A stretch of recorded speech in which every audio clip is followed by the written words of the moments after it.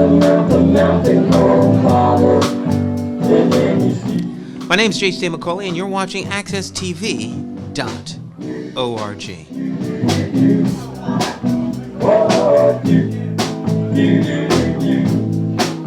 Why don't you come on, little girl, stand by me. Good afternoon.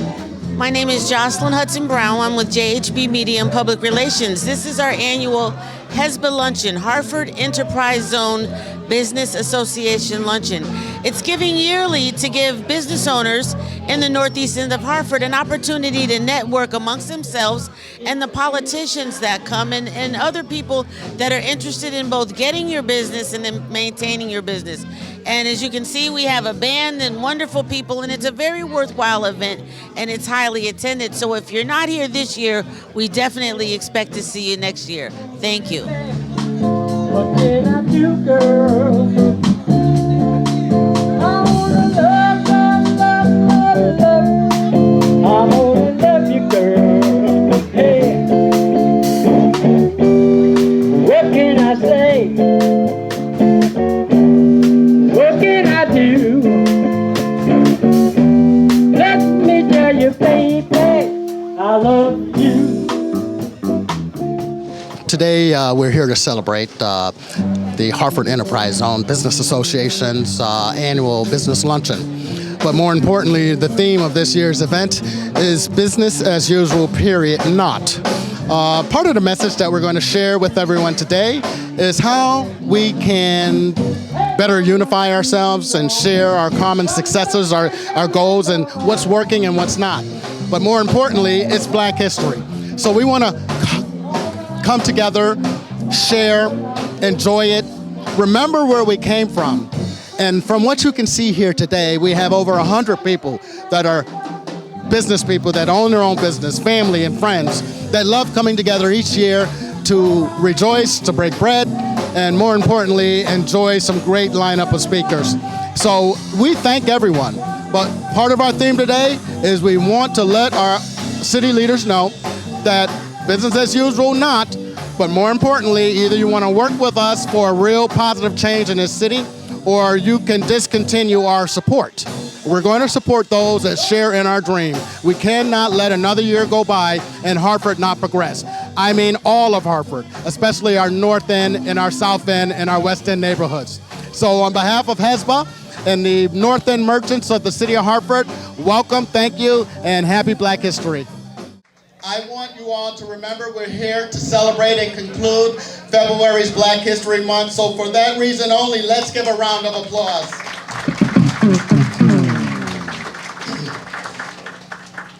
I'd like to take this time. First of all, I want to acknowledge that we do have some elected officials from the city of Hartford here. If you just may stand, and thank you for coming to help us celebrate. Sean Wooden, good to see you, Sean. Mr. Cruz, good to see you. I want to also thank our sponsors, Inquiring News, Headco, Hartford Communities That Care, Howard Hill Funeral Services, Yvonne Alexander, of which we are in his venue, Uptown Vibes, Comcast Business, who are a supporter for the last 2 years, JHB Media and Public Relations, ACA Food. The great food was provided by Cozy Spot Restaurant today, as well as Seashore Jamaican Restaurant. Mr. Super Joe up there handling our audio. You all know Super Joe. He provides great entertainment for the city of Hartford for years. He hasn't invited me yet to the party. And then I also want to acknowledge and thank our great volunteer band for the day, The Network. Thank you guys so much for providing this music today. And last but not least, a new business that just opened, a good friend of mine, his name is David. It's called Pizza Outlet, and he owns several spirit shops on the main street. What he has done, I may add, is take over existing properties and resurrected them. Instead of these properties going by the wayside, this gentleman has taken them, resurrected them, and created business and kept it. He had a choice. He could have took his business somewhere else, but he kept his business here in the north end of Hartford. So thank you for Pizza Outlet and all of his businesses. I want to take this opportunity to say that we had a pretty full agenda today. And it just happens to be, and this is the first time that it's ever happened, but Lieutenant Governor Nancy Wyman could not make it today. And you all know that she's always been here for us. But there is a funeral that she had to attend, and she sends her blessings. And I sent ours to her. Congressman Larson, there's someone from his office here today. Congressman Larson's representatives, could you stand up, please? Congressman Larson is in D.C. today fighting for us, and then you know why. We're trying to get a Homeland Security bill passed. So while they're down there working diligently for us, we excuse his absence today, as well as Senator Murphy in Blumenthal. Our keynote speaker for today was Marilyn Moore, a fabulous woman, state representative from Bridgeport. I've been highlighting her in the paper recently because I've been very impressed with the money that she's been bringing in for her district. And I wanted her to share some of her energy and her admirations and accomplishments with us today. But she'll join us at another time. But you can always read Inquiring News to make sure that you can keep up on them, because we want to make sure that we continue to provide the news for people of color and make sure that we can congratulate them. This gentleman that I'm about to introduce now has agreed to come and share some words with us today. And I'm very proud of him. I am deeply proud of him. To me, he's been a remotivator. Sometimes when I'm alone or I'm around the house, I say to myself, you know, I can take my business and headquarter it in Bridgeport or Waterbury or New Haven. Sometimes I get discouraged with what's going on here in the city. But and sometimes, you know, we have functions and we see a little bit of us at the same place at the same time. And sometimes it maybe gets mundane. But at the end of the day, I say to myself, and I talk to other people, and they say, and I say that I will never give up. Never give up what Martin Luther King had a dream. Some of that's come true. I have a dream too. I have a dream, and I hope and I pray that the North End of Hartford can become as great as it can. I don't want to no longer see a black and white picture of Hartford, of a neighborhood in Hartford, whereas it may look the same as today. So there's a gentleman that took over one of the local businesses for those of us that pass on, and he had a choice too. He took over for Mr. Bell at Bell Funeral Home, and his name is Mr. Howard Hill. And Mr. Hill has spent many resources in rehabbing his location, and I've been in there, and I encourage you to stop by one day as well, because I couldn't believe it. When I went in there, I thought I was in a skyrise, because he really rehabbed that building and that property to bring it up to par. That means a lot, especially being on Barber Street. It should be a signal to a lot of us that if you enjoy and appreciate what you have, make the best of it. So that said, I would like for all of us to give a round of applause as I introduce Mr. Howard Hill of Howard Funeral Services.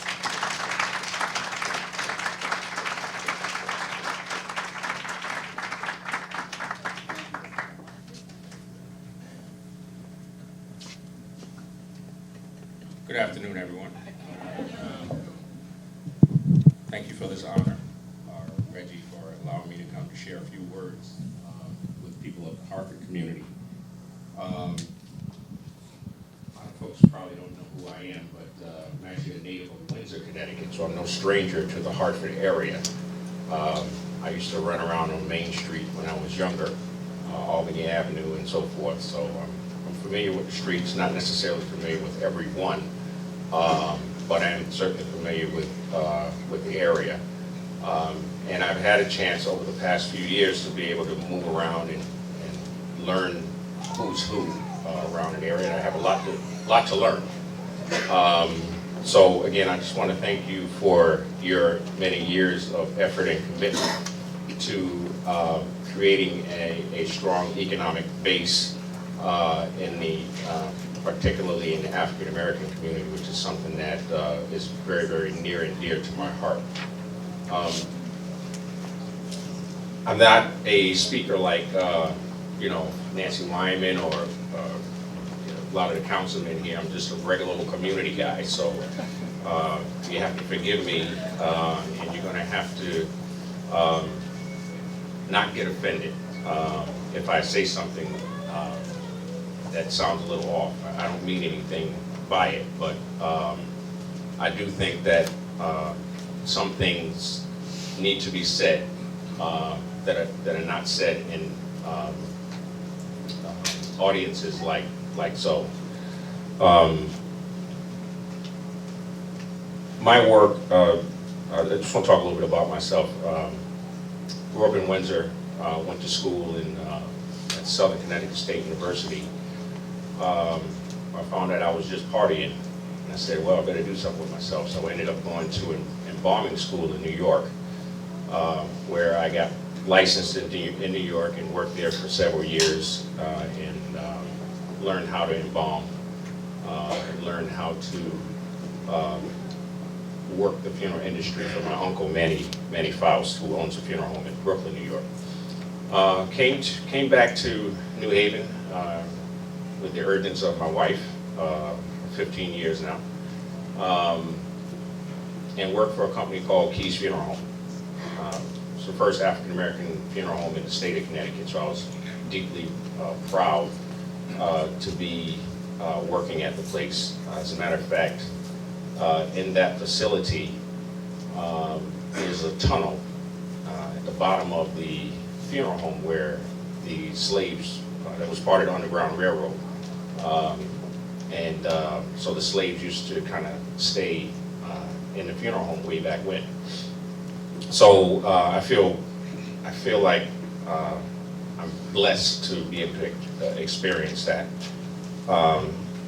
Worked there for about 10 years and then ended up opening up my own funeral home in New Haven. And we've been there for about 10 years, and we came here to Hartford about 3 years ago. It's almost 3 years now, right? So it's about almost 3 years now. And we have done a lot of work in the area. I'm proud, actually really, really proud to be here in Hartford, and would not want to be anywhere else. Because if there's work that needs to be done, it's here in Hartford. And I really and truly believe that the business community is going to have to take the lead on a lot when it comes to revitalization, and when it comes to overall leadership in this North End particularly.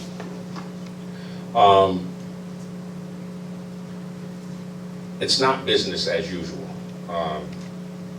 I actually like that headline. Business as usual looks something like this. I don't know everyone here, so again, don't get offended. But we're very, very nice people, and we're polite. And it's nice to be polite, and it's respectful, and it's appropriate to be polite. But it's inappropriate to not address issues that are chronic, and it's not polite to allow things to go on if you're in a position, particularly of leadership, and you have the ability to make change. So, with being in business, you have the ability to touch many people, especially if you're in a community-based business. You can touch many, many different people. And you have this sphere, you have this influence that a lot of people don't have. And I'm not sure if we're using that to our benefit. We have work to do in our community first. I have a deep, deep, deep love for my community. And sometimes it's misunderstood. But it's really, really, really deep. It's so deep that I'm willing to come here and share with you a few of my views, which may or may not resonate with you, but I come from a different perspective. So it's not business as usual. In our community, we must figure out how to come together. First, we must commit that we want to come together. We have to figure out how to lock arms to create collective power. And then we deal with the politics. Then we deal with the politicians. Because individually, any one of us can make it. But when you make it individually, you're on an island. And you have no way to defend yourself. Neither do you have any way to connect, to reach back and help others. So we have to figure out how we can leverage our collective power so that we can build a community. In my definition of a community, you have to have collaboration. And in order to have collaboration, you have to have trust. I'm in the process of creating a African American foundation called the Prosperity Foundation. And it's a foundation that works to build community and build relationships and help to support the African American community. But we did focus groups in Hartford, New Haven, and in Fairfield County. And one of the overall messages that we received from those focus groups that we lack trust in our community. So we have to commit to building trust. We have to commit to building community. And we have to do it because no one can do it for us. No matter what we do with the politicians, no matter what we do with the with other communities, if we don't have our own trust and we don't build our own system of success, then it's only individualism that's going to happen. And that's going to make us, and we will only be representatives of what community is and not necessarily community. I think we all want the same thing. We want to see our community thriving. So one of the things that we can do is support black businesses, right? We can support black businesses. And the leaders actually have a higher level of responsibility to support black businesses. It's not enough to come down and be a part of an event, to show your face, to rub elbows with some people, strike a few deals, and not come down and walk the walk. In my opinion, all of the state leadership should come down in the Hartford community and spend money because we're economically depressed. Right?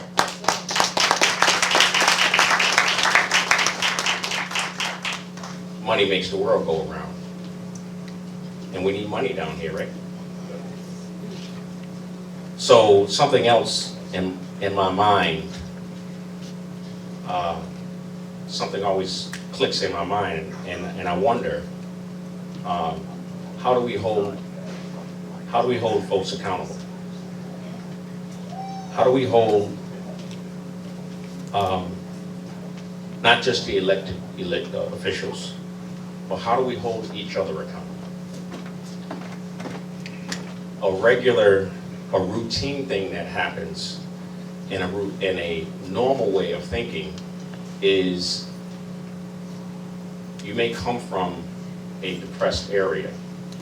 You may become educated and you may get out. And that thinking of getting out of this depressed area is accepted. Why is that accepted? Why not use your education to make the change, to improve the environment from which you came? But it's okay for us to believe that we made it out. That's individualism. So we have people who are from the Hartford community, who have moved out into the suburbs, and by them moving out of the suburbs, they destabilize the inner city. because they don't use their intellect, they don't use their education, they don't use their buying power to help sustain the community. The accountability is not only with the elected officials and not necessarily with the people who are from and actually moved out, but it's also, we'll say, with the business owners. We have a responsibility also, right? We can't just provide inferior work and expect people to support our business just because we're minorities, right? We have to work with a spirit of excellence, right? We have to do that in order to get people, we're still competitive, we're still in a competitive space, so we have to earn the right to deserve that dollar. And we have to work at that every single day as business owners. And then the business owners also, in my belief, have a responsibility to reinvest back in the community from which they have their businesses. They have to reinvest back, whether it's with their time, whether it's with their treasures. They need to reinvest back. It's not about what you make in a community. It's about how you build community together. So I believe that we all actually want the same thing. We want to see a thriving North End Hartford.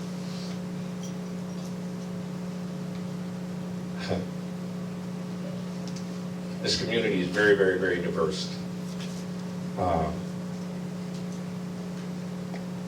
And I want to encourage you all today just to think about just a few things that were said.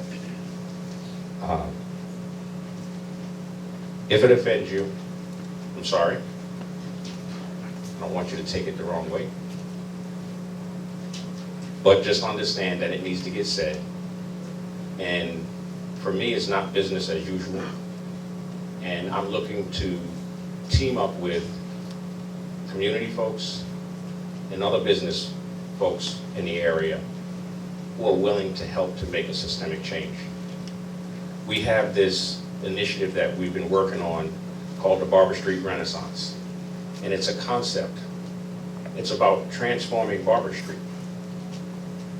It's about creating businesses with the existing population as opposed to gentrifying them and having an investor come in and rebuild. Who would ever think, if you thought about that for a second, you'd probably say, Howard, you're nuts. Because the people that are there, I'm not going to say this is what you think, but this is what I believe are those things. The people that are there are not worth investing in. The area is not worth investing in. That area has been like that for, I don't know how many years. I think the day Martin Luther King was killed, there was riots down on Barber Street, and the big grocery store was burned out, and it's still there till this day. It has not been rehabbed. And I say that is a sad state of affairs. How could we allow that to happen? We're leaders. How can we allow that to happen? And when do we make this change? Are we even interested in making this change? Or are we just playing politics for our own communities? This Hartford community is only as good as the worst corner in the street. So when you raise the bottom, you elevate everybody. God bless you.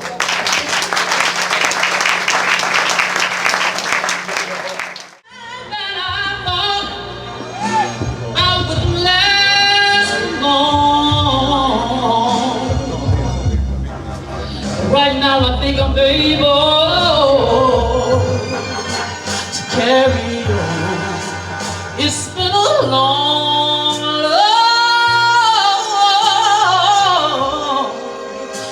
time coming, but I know change is gonna come. Oh yeah.